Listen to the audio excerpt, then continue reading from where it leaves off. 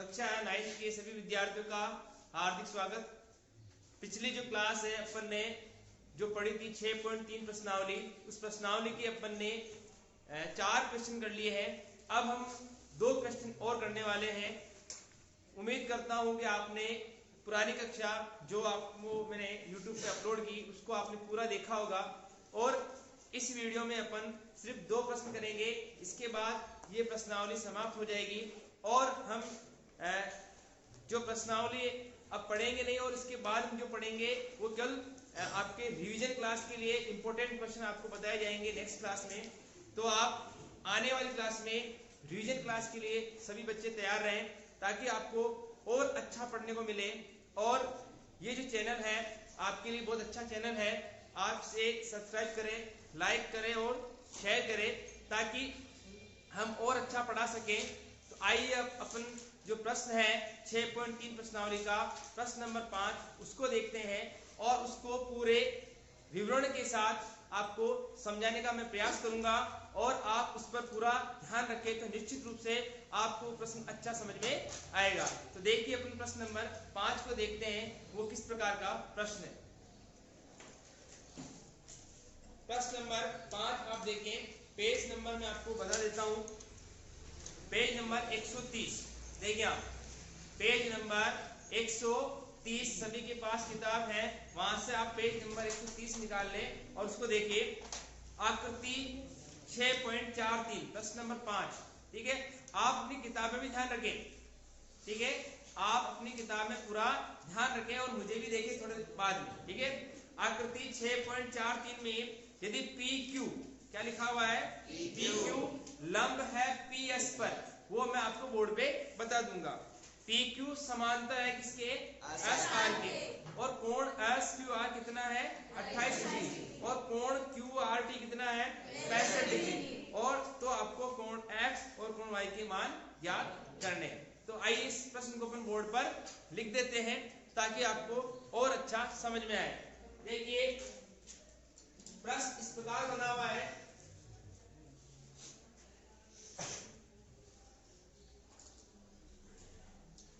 यहाँ पर आपके ऐसा सिंबल बना हुआ है, ये हमेशा 90 डिग्री का एंगल होता है क्योंकि आपके कुछ लिखा हुआ है कि आपका जो लंब दे रखा है, यहाँ पर आपको y दे रखा है, यहाँ आपको x दे रखा है, यहाँ 28 डिग्री दे रखा है। कितना मेरे साथ आप बोलिए, कितना 28 डिग्री। और यहाँ क्या लिखा हुआ है, Q लिखा हुआ है और यहाँ R और लिखा हुआ है T।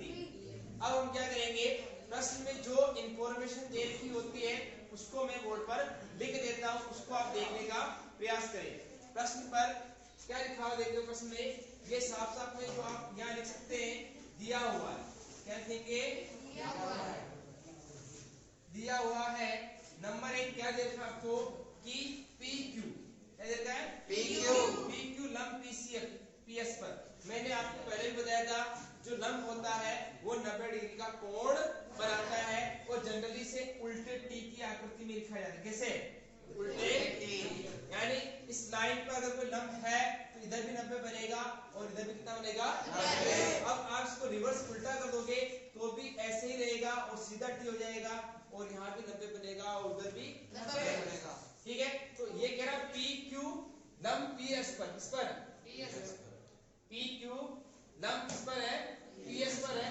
तो यहाँ पर थोड़ा ठीक है, यानी PS पर ही, यानी इस प्रकार दे रखा है, आप इसको ऐसे भी दे सकते हैं। ठीक है ना, तो यानी यहाँ कितने डिग्री कोण बन रहा है 90 डिग्री। ठीक है, फिर लिखा हुआ है PQ समांतर SR। क्या लिखा हुआ है, PQ समांतर SR। एक और बात कर देते हैं, PQ समांतर किसके, SR के। हमने आपको पहले भी बताया था जहां समांतर लाइन होती है, समांतर रेखाएं होती हैं, वहां पर एकांतर कोण बनते हैं। क्या बनते हैं, एकांतर कोण। जेड की आकृति वाले कोण बनते हैं। इसकी बात अपन ने पहले ही कर ली। फिर प्रश्न वाले का हम आपको एक कोण और देते हैं, उसका नाम क्या है, बोलिए, बोलो, SQR कितना है 28 डिग्री। ये आपको मान दिया। फिर एक और मान दिया, इसको बताइए कोण QRT कितना है 65 डिग्री। और आपसे पूछा आप मुझे कोण X और कोण Y की क्या बताएं, मान बताइए। इजी प्रश्न है, आराम से आपका प्रश्न ये हो जाएगा। ठीक है, तो पहले अपन ने क्या किया, प्रश्न में जो इंफॉर्मेशन दे रखी है उसको अपन ने बोर्ड के ऊपर लिख दिया। देखिए पी क्यू लंब किस पर है, पी एस। ठीक, तो हमें समझ में आ गया कितने डिग्री कोण बनेगा, 90 डिग्री। ठीक है, अब हम अपने पुराने प्रमेय को याद करते हैं, जो प्रमेय अपने पढ़ा था।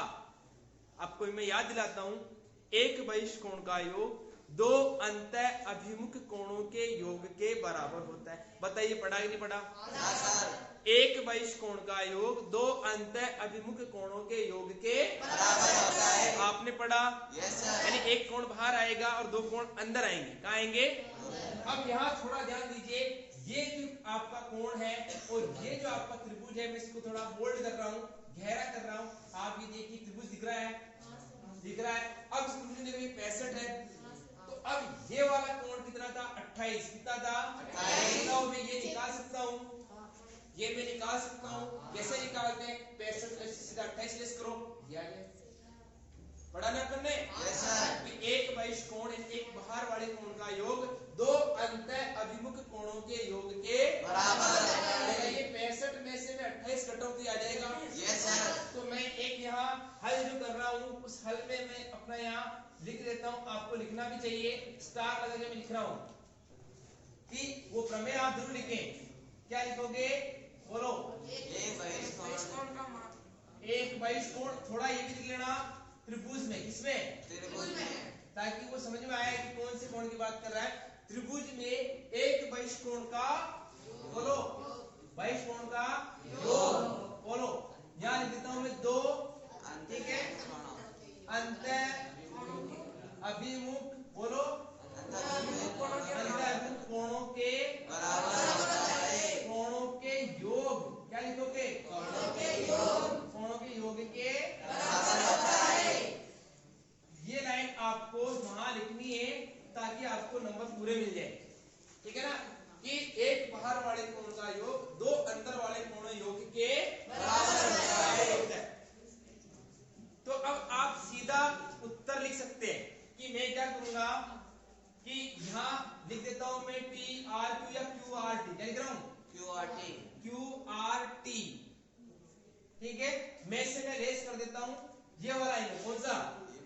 एस क्यू आर या आर क्यू एस, जो भी आप लिखना चाहो, आर क्यू एस। बताइए कौन सा कोण मिलेगा आपको? ये वाला कौन सा मिलेगा? अब आर एस क्यू लिखते हैं। क्या लिखते हैं? R S Q. बताइए क्यू आर टी कितना है? 65। आर क्यू एस कितना है? बताओ, लेस करो, कितना आएगा? जल्दी बोलो, लेस करें। 35 आएगा। यानी कि मेरे को ये वाला एंगल मिल गया, ये वाला एंगल मिल गया मेरे को। हाँ सर। ठीक है, अब मैं ये भी जानता हूं कि दो समांतर रेखाओं के बीच में एकांतर कोण बनते हैं। बहुत सारे बच्चे ध्यान नहीं दे रहे हैं, वो आप इसको सामने बोर्ड पर पूरा ध्यान से देखें, आपको समझ में आएगा कि दो समांतर रेखाओं के बीच में कौन से कोण बनते हैं? एकांतर। और एकांतर कोण कैसे होते हैं? बराबर। ये बात आपको समझ में आ गई। इसका मतलब है कि प्रश्न वाले ने ये लाइन दी अपने को, दी ना, पी क्यू समांतर एस आर। ये पी क्यू है, ये एस आर है। अब एस आर को आप आगे तक पढ़ दो, कोई फर्क नहीं पड़ेगा। पढ़ा दिया? अब यहाँ पढ़ा दिया, देखो यहाँ एक जेड बन रहा है, बन रहा है, क्लियर है, बन रहा है। इसका मतलब ये 65 है, तो ये पूरा भी कितना आएगा? 65 में इसमें 28 घटा दो, ये मिल जाएगा। यानी कि ये भी जेड है और ये भी क्या है? जेड है। तो मैं लिख देता हूँ इस पूरा का नाम पी क्यू आर। क्या लिख रहा हूँ? कोण पी क्यू आर बराबर है टी आर क्यू या क्यू आर टी। क्या लिख रहा हूँ? Q R T. अब इसके नीचे लिख रहा हूँ मैं कौन से कोण है? एकांतर। कौन से? एकांतर। और एकांतर कोण कैसे होते हैं? बराबर। इसका मतलब ये 65 है तो वो भी कितना आएगा? 65। यानी ये 65, ये भी 65। अब मुझे पता है ये कितना है? 28। तो मुझे अगर x वाला निकालना, कौन सा निकालना है? तो कोण x निकालना, तो मैं क्या करूंगा? 65 में से 28 को घटा दूं। बताइए 65 में से मैं 28 को घटाऊंगा, कितना आएंगे? 37। ठीक है, यानी ये कितना हो गया? 37। क्लियर हो गया। अब यहाँ जो जेड बन रहा है ना, यहाँ भी जेड बन रहा है, कोई दिक्कत नहीं। आप इसको यहाँ से भी टिप सकते थे डायरेक्ट, ठीक है ना। यानी आप यहाँ से इसको भी लेके आ सकते हो, 65 में से 28 उठाओ तो भी आ जाए, तो दोनों में से आंसर सेम मिल रहे। अब ये 37 हो गया। अब आपको कौन सा निकालना है? वाई। क्या निकालना है? वाई। बताइए त्रिभुज के तीन कोणों का योग कितना होता है? इसका मतलब कि मेरे पास 65 है, मेरे पास 90 है, तो क्या मैं वाई नहीं निकाल सकता हूँ क्या? निकाल सकता हूँ। अच्छा यहाँ तक दिख रहा आपको? दिख रहा है यहाँ तक? ओके, तो मैं यहाँ लिखता हूँ त्रिभुज के, बोलिए, तीन कोणों का योग कितना होता है? 180। तीन कोणों का योग कितना होता है? 180। यहाँ कितना हो गया? 180। बताइए कोण x कितना आया था? 37। बताइए कोण p कितने का है? 90। कैसे है? इससे PQ लंब PS है ना, तो लंब कितने डिग्री कोण बनाता है? 90। इसका लंब। अब मुझे कौन सा निकालना है? y। क्या निकालना है? y बराबर कितने हो गए? 180। बोलो x कितना आया? 37। p कितना है? 90। कोण y निकाल सकते हैं? बताइए 90 और 37 कितने होते हैं? 127। 127 डिग्री लगा देने सबके ऊपर, ठीक है ना। 127 बराबर क्या लिखा? प्लस y बराबर कितने? 180। अब इस y को बराबर में लेके 180 में से 127 को लेस करिए, 53 डिग्री आपका ये एंगल आ गया। क्या गया? 53। बताइए आपको समझ में आया कि नहीं आया? नहीं आया है तो वापस मैं आपको एक बार इसको रिवाइज कर देता हूँ, निश्चित रूप से आपको प्रश्न समझ में आएगा। देखिए अपनी शुरुआत कहां से हुई थी, ये आपको इस प्रकार का एक डायग्राम दे रखा था और ये अदर इंफॉर्मेशन आपको अन्य सूचनाएं दे रखी थी। उसमें लिखा हुआ था PQ लंब किस पर है? और लंब कितने डिग्री कोण बनाता है? 90 डिग्री। 90 डिग्री हो गए, ठीक है। अब 65 से मैंने इसको 28 को घटाया, एक बहिष कोण के साथ। किसे घटाया? तो ये 37 आ गया। आप 37 से यहाँ 37 भी जा सकते थे और 65 में से मैंने 28 घटा दिया तो भी कितना आ गया? 37। और 37 और 90 को जोड़कर 180 से घटा लेंगे तो क्या मिल जाएगा आपको? ये एंगल कौन सा मिल जाएगा? y वाला एंगल मिल जाएगा, ठीक है। आइए अपन प्रश्न नंबर 6 को स्टार्ट करते हैं। आप पेज नंबर 130 पर देखिए।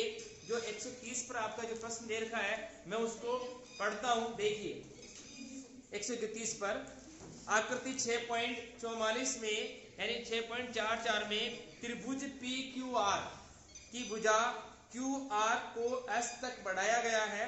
यदि कोण PQR और कोण PRS के समद्विभाजक बिंदु T पर मिलते हैं तो आपको सिद्ध करना है कोण QTR का मान 1/2 कोण PQ QPR होगा। तो इस प्रश्न को मैं बोर्ड पर लिख देता हूं, आपको और अच्छा समझ में आएगा। इस प्रकार एक प्रश्न बना हुआ है, दिख रहा सबको? देखिए अब इस प्रश्न को वापस मैं इसलिए पढ़ रहा हूं ताकि आपको समझ में आए कि प्रश्न में क्या क्या दे रखा है। देखिए प्रश्न में लिखा हुआ है कि त्रिभुज PQR, क्या लिखा है? त्रिभुज PQR। ये त्रिभुज की बात कर रहा है, P ये Q, समझ में आया? तो इसने कहा भुजा QR, ये QR को S तक बढ़ाया गया, या इसने यहां तक बढ़ाया। कहां तक? यहां तक होगी बात क्लियर। फिर आगे इसने कहा यदि PQR कोण का आधा, मतलब इसके दो टुकड़े होंगे। कितने होंगे? दो। और वापस एक और त्रिभुज PRS, कोण PRS, इसके भी दो टुकड़े होंगे। क्या होंगे? और उन दोनों के टुकड़े T पर मिलते हैं। कहां मिलते हैं? T पर। बताइए Q और T, R और T, यानी इस कोण के दो टुकड़े करता है और इस कोण के भी कितने टुकड़े करता है? दो। ये प्रश्न समझा दिया। अब आपको प्रश्न का सिद्ध करना है। क्या करना है? सिद्ध करना। कि आपको सिद्ध करना है कि आपका उत्तर क्या होगा, कि ये सिद्ध करना है कि कोण QTR आधा होगा। क्या होगा? आधा होगा कोण QPR, ठीक है ना। यानी कि QTR ये वाला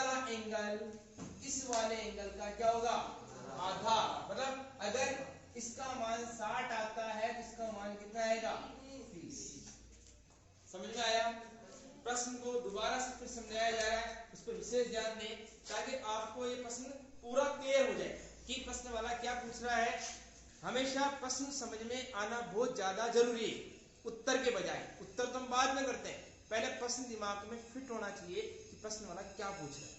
प्रश्न वाला और आपको क्या क्या इंफॉर्मेशन देता है वो भी ध्यान में होनी चाहिए। ठीक है, प्रश्न वाला कह रहा है कि ये वाला एंगल है ना, इसके 2 टुकड़े हो जाते हैं। कितने? 2। इसके भी 2 टुकड़े हो जाते हैं। इसका मतलब है कि मैं अगर इसको नंबर 1 देता हूं, नंबर 2 दे सकता हूं, इसको मैं नंबर 3 और इसको नंबर दे रहा हूं कितना? 4। अब ये कह रहा है कि 1 किसके बराबर है? 2 किसके बराबर है? 3 किसके बराबर है? 4 किसके बराबर है? 3। ये बात क्लियर हो गई। यानी मैं 3 को 4 कह सकता हूं, 4 को 3 कह सकता हूं, 1 को 2 कह सकता हूं, 2 को 1 कह सकता हूं। यहां तक बात क्लियर हो गई। अब थोड़ा सा ध्यान देखिए कि ये PRS क्या लिखा हुआ है? PRS। आपको मैं एक डायग्राम पुनः अलग से बना के बता रहा हूं, इसको ध्यान से देखना कि आपका यहाँ P लिखा हुआ है, यहाँ R लिखा हुआ है, यहाँ Q लिखा हुआ है और यहाँ क्या लिखा हुआ है? बताइए ये बाइश कोण है कि नहीं है? इसके 2 अंदर वाले कोण कौन कौन से हैं वो भी आपको पता होना चाहिए। शायद ये होगा और ये होगा। क्लियर है? ये बात समझ में? शायद एक त्रिभुज में आपको और बता देता हूं, ऐसा एक एंगल बना हुआ है जिसमें आपको यहाँ देखिए S लिखा हुआ है, या R लिखा हुआ है, या T लिखा हुआ है और ये क्या लिखा हुआ है? बताइए ये कोण है, इसके भी 2 एंगल होंगे, एक ये होगा एक ये होगा। ये बात समझ में आई आपको?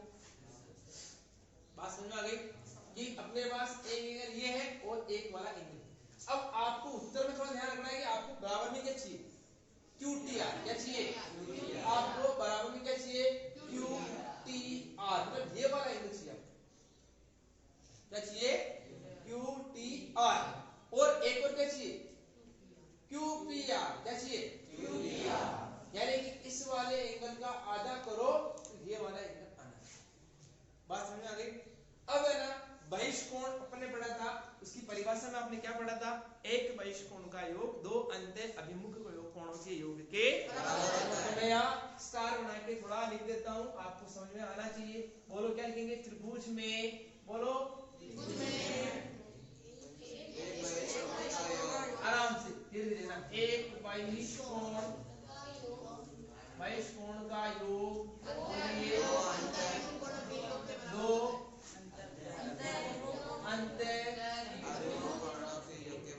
अंत्य अभिमुख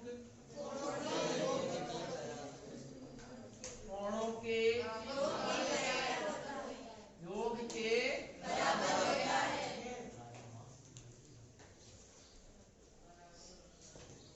ये बात क्लियर हो गई? इसका मतलब है कि मैं जो सामने लिख रहा हूं उसको खुद देखो। मैं बात करता हूं त्रिभुज QPR या PQR, ठीक है ना? PQR में आप मुझे बता सकते हैं कि PQR में बहिष्कोण कौन सा है? PRS कौन सा है? उल्टे पढ़ सकते हैं SRP, लेकिन PRS क्या पढ़ लिया आपने? सब क्लियर हो गया? बहिष्कोण कौन सा है? तो मैं लिख सकता हूं कोण PRS बराबर लिख सकता हूं QPR। क्या लिख सकता हूं? QPR। एक कोण चाहिए, बोलिए QPR। एक और बताइए PQR या QPR, एक ही बोल ना, PQR या QPR। आपको क्या चाहिए? क्या चाहिए? QPR। प्रश्न में क्या चाहिए? प्रश्न में क्या चाहिए? RPQ पढ़ोगे, लेकिन प्रश्न में RPQ मिलेगा नहीं क्योंकि आपको वापस सुधारना पड़ेगा। मैं क्या पढ़ रहा हूँ? QPR। पढ़ सकता हूँ क्या? बोलिए Q 2 बार आ गया तो एक नाम चेंज कर लो, इसको चेंज कर लेना। हाँ, इसको क्या पढ़ लेंगे? RQP।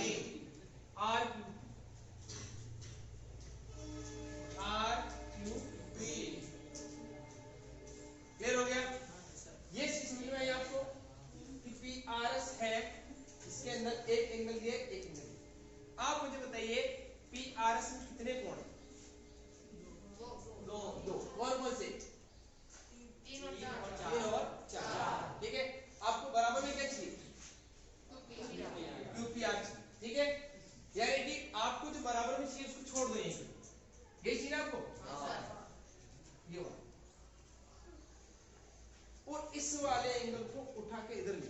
इधर पी आर एस माइनस को लेके आए बोलो आर क्यू पी बराबर क्या आ जाएगा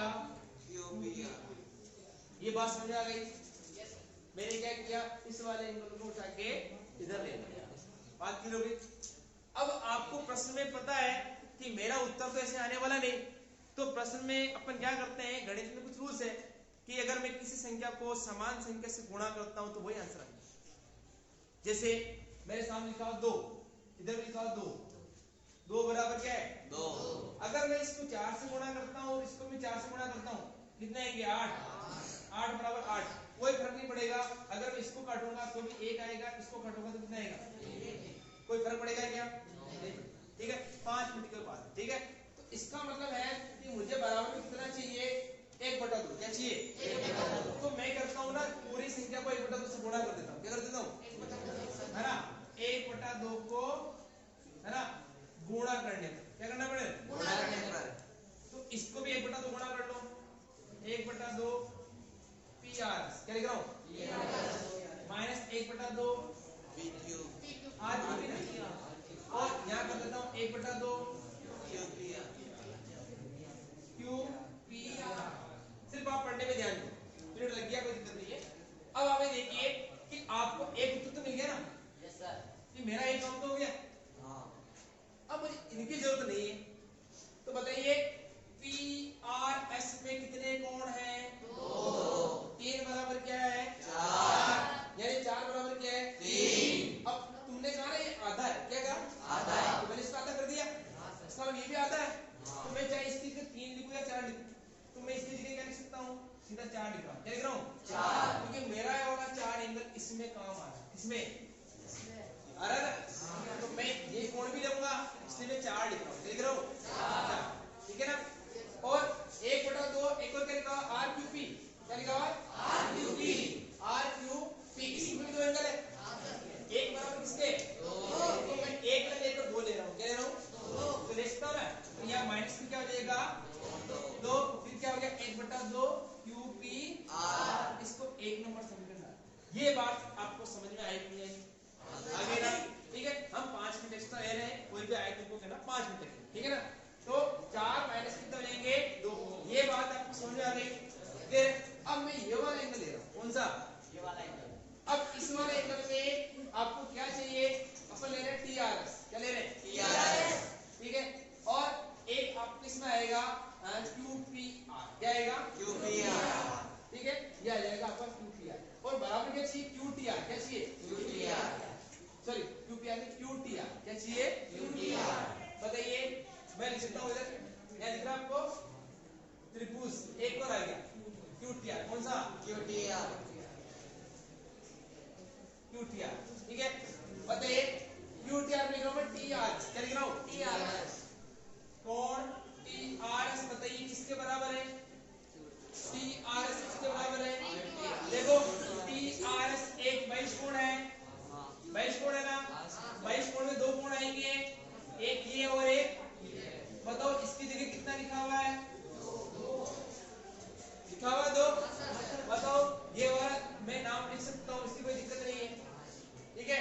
तो यहाँ मैं लिख देता हूँ कोण 2, क्या लिख देता हूँ कोण 2 प्लस एक और लिख देता हूँ मैं क्यू टी आर, क्या लिख देता हूँ यही चाहिए ना आपको, यही चाहिए ना। तो मैं क्या लिख रहा हूँ क्यू टी आर, क्या लिख सकता हूँ इसे 4, यानी ये 4, ये 2, ये 2, ये वाला एंगल इसका नाम लिख दिया, क्लियर हो गया। इसकी जगह मैं लिख रहा हूँ 4, क्या लिख रहा हूँ 4, यहाँ कितने हो गए 2, यहाँ क्या हो गए प्लस क्यू टी आर। अब इस 2 को इधर लेके आ जाओ, बोलिए 4 माइनस 2 क्या बच गया क्यू टी आर, कौन क्यू टी आर, बताओ इधर भी इससे शक्ल है क्या सेम है ना। ये क्या हो गया एक समीकरण नंबर कितना हो गया 2। अब मैं करूंगा एक और किससे, 1 और 2 से, किससे करूंगा 1 और 2 से, 1 और 2 से करूंगा। तो आप यहाँ देखिए दिख रहा है यहाँ पर बेटा, यहाँ दिख रहा है क्या हाँ सर, ठीक है। 1 में 2 से, इन शॉर्ट में देखिए 1 और 2 में देखो, अगर मैं 1 और 2 को बराबर करता हूँ तो दोनों कट जाएंगे क्या हाँ सर, ये दोनों कट जाएंगे, क्या बचेगा क्यू टी आर बराबर 1/2 क्यू पी आर, देखो आंसर क्यू टी आर बराबर 1/2 क्यू पी आर हो गया हाँ सर, 1 और 2 से, यानी ये कैंसिल